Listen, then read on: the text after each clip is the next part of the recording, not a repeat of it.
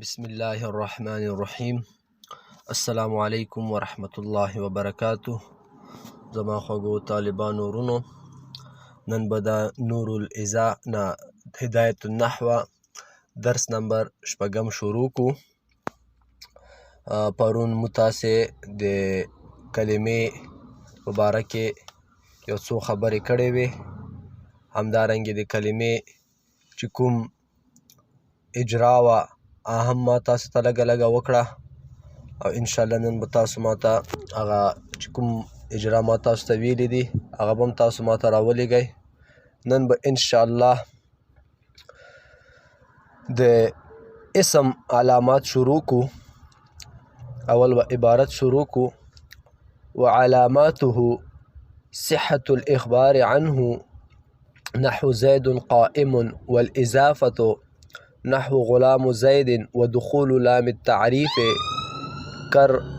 كالرجل، والجر والتنوين نحو بزيد، والتثنية والجمع والنعت والتصغير والنداء، فإن كل هذه خواص الاسم.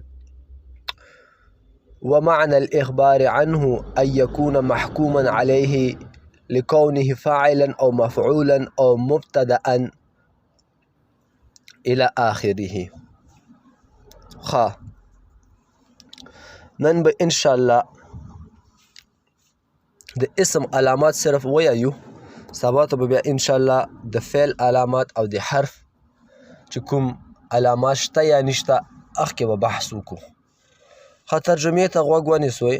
وعلاماته او د اسم علامات چې دي صحة الإخبار عنه، چې دا اخبار عنه واقع کېدل د ده صحیح شي، یعنی دا مخبر عنه جوړېدی شي. نحو زید قائم، لکه زید ولاړ دی. والاضافة او بل دویم علامت چې دی اسم به مضاف واقع کېږي، یعنی اضافت به کېږي، لکه غلام زید. ودخول اللام التعریف او دریم علامت د اسم چې دی الف لام داخلېدل دي، لکه الرجل په رجل باندې الف لام داخل شوی. والجر یا حرف جر به پې داخل شوی وي، لکه بزید. والتنوین یا به تنوین پې داخل شوی وي، لکه همدغه بزیدین بیا واخله دا مثال. والتثنیة والجمع والنعت، تثنیه واقع کېدل لکه رجلان، والجمع یا جمع واقع کېدل لکه مثال خبره رجال. والنعت صفت واقع کېدل، یعنی موصوف صفت، لکه زید عالم یا زید عالم. همداسې بل مثال هم جوړېدی شي. والتصغیر یا تصغیر واقع کېدل لکه رجیل سلیم. والنداء لکه یا الله یا عبدالله، دا حرف ندا پې داخل شي. فإن كل هذه دغه ټول چې کوم علامات مو تاسې ووې خواص الاسم، دا د اسم خواص دي. ومعنى الإخبار عنه او معنا د دغې خبرې مطلب دا چې دا اخبار عنه واقع کېږي، یعنی مخبر عنه ان یکون محکوما علیه، چې دا به محکوم علیه وي، یعنی په ده به حکم لګېدلی وي. لکونه فاعلا او مفعولا، لوجې د دغې چې دا به فاعل وي یا به مفعول وي، او مبتدأ یا به مبتدا وي. اوس به د یو یو علامات بحث وکړو انشاءالله. نن دا د اسم علامات شروع کوي، نو د علاماتو د شروع نه مخکې به مو داسې یو فایدهمند اعتراض وکړو چې دغه کې مو تاسو ته فایده کېږي. دغه اعتراض کې اعتراض دا کېږي چې تا د اسم تعریف وکړه، همدا رقم د فعل تعریف دې وکړه، حرف تعریف دې وکړه، نو په دغه تعریف سره مو ته اسم فعل حرف معلوم شول او که نه. که مو ته د اسم فعل حرف په تعریفاتو سره دا درې واړه معلوم شوي وي، نو بیا دغو علاماتو ته څه ضرورت دی؟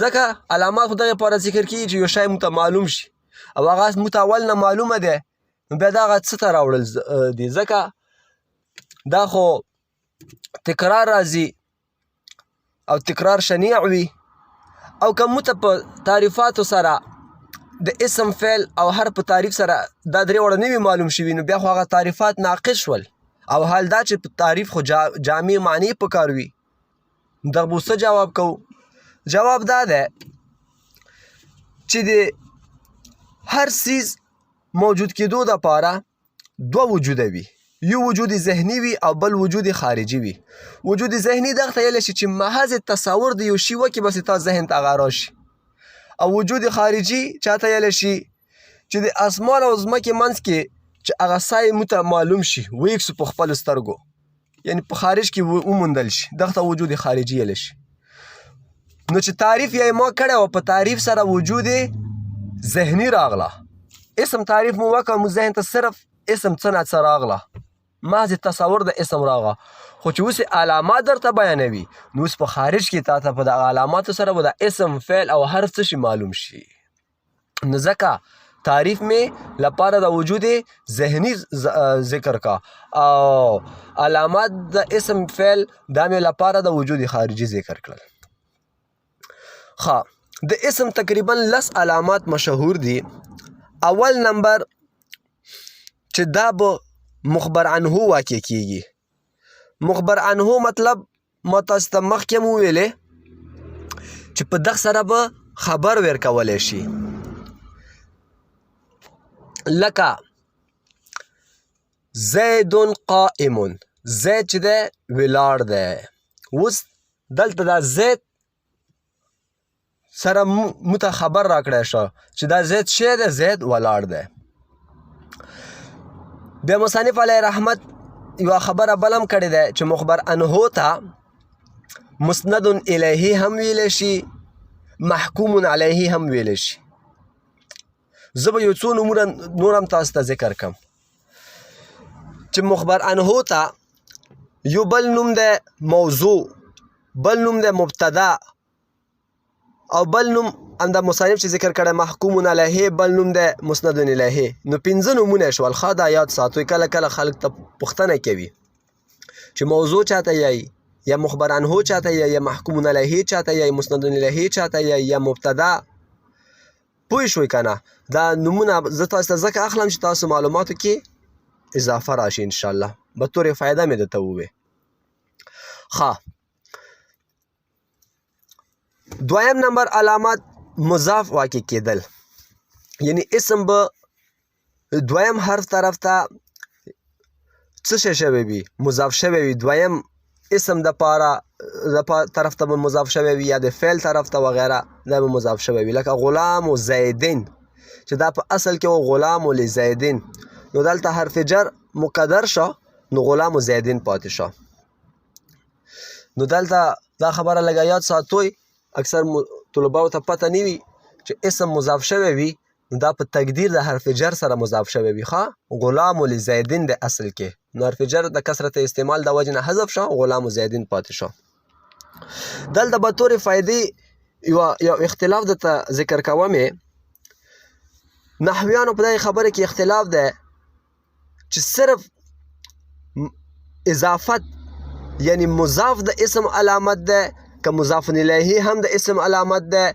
او که دا مضاف او مضاف الیه دواړه د اسم علامت دي نو بعضې نحات دا خبره کوي چې مضاف او مضاف الیه دواړه د اسم علامت دي او بعض نحات یې چې نه صرف مضاف الیه د اسم علامت ده او بعض یې چې نه صرف مضاف د اسم علامت ده او مصنف علیه رحمت هم چون کې د چا په مذهب ده هغه چې ده د دریم مذهب والا ده چې مضاف او مضاف الیه او دواړه د اسم علامت جوړېدای شي لکه زه به تاسو یو مثال درکړم یوم ینفع الصادقین دلته یوم مضاف ده او ینفع الصادقین ینفع فعل دا مضاف الیه واقع شوی ده نو بیا چا په اعتراض کړی چې دا خو فعل ده نو هغوی ته چې دا په تعویل د مصدر سره دا فعل ده ښه دا خو وشه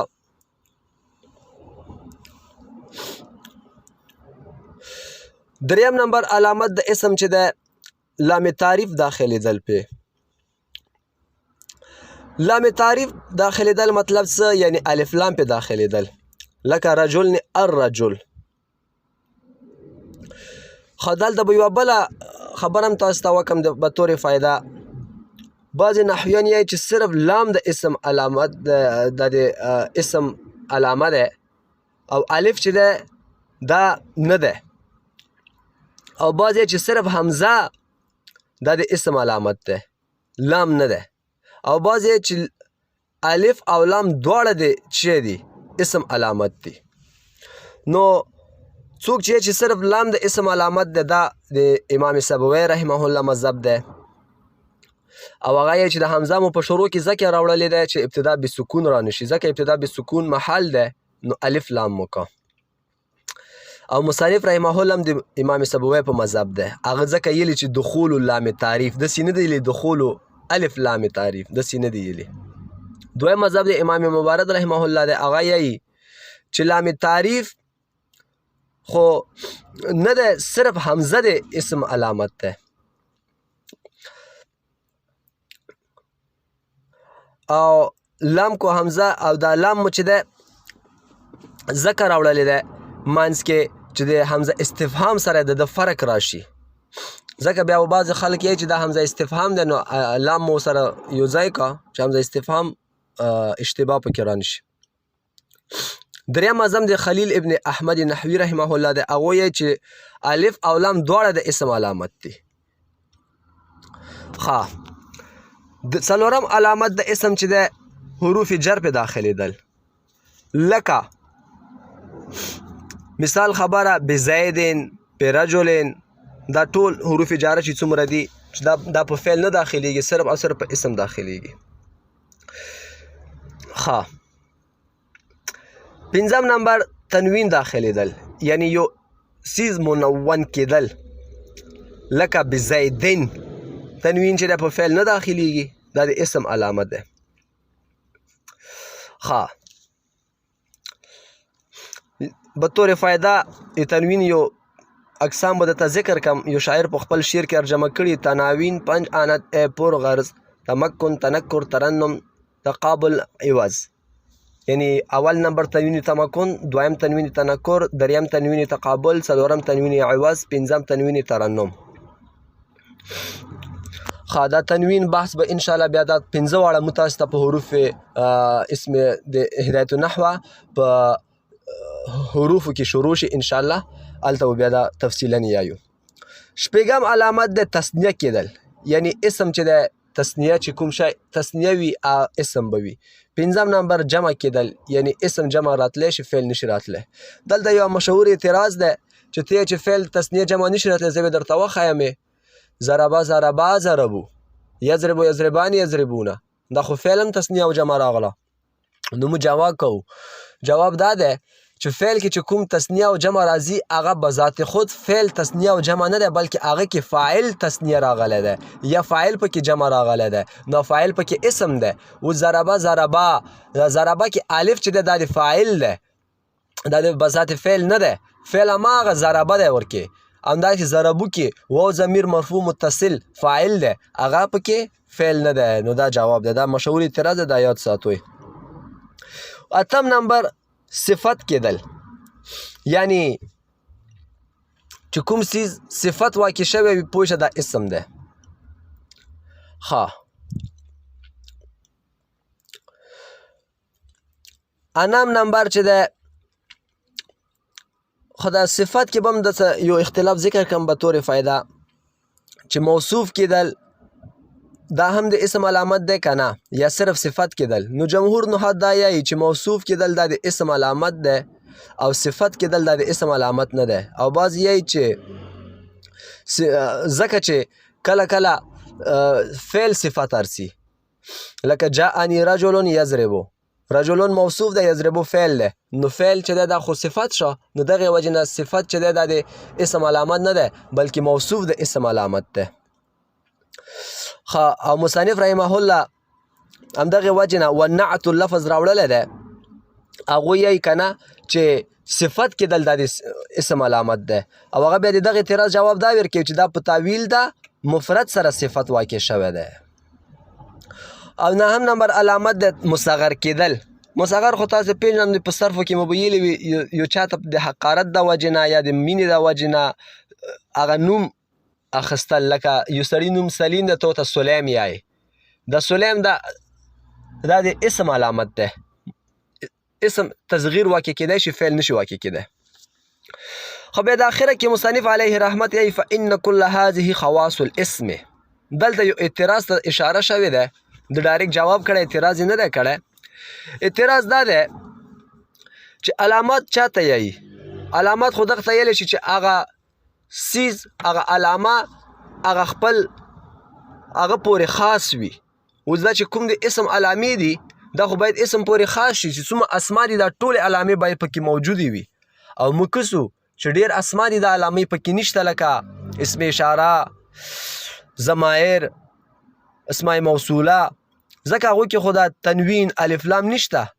او ته ووایي چې دا علامې د اسم دي، علامه خو د یو چا نه جدا کېږي نه که نه. نو دی جواب کوي چې نه، دلته فإن کل هذه خواص الاسم، چې دغه علامې نه دي بلکې دلته زما د علامې نه مراد خواص دي، یعنی دا د اسم خاصه ده، صفت ده.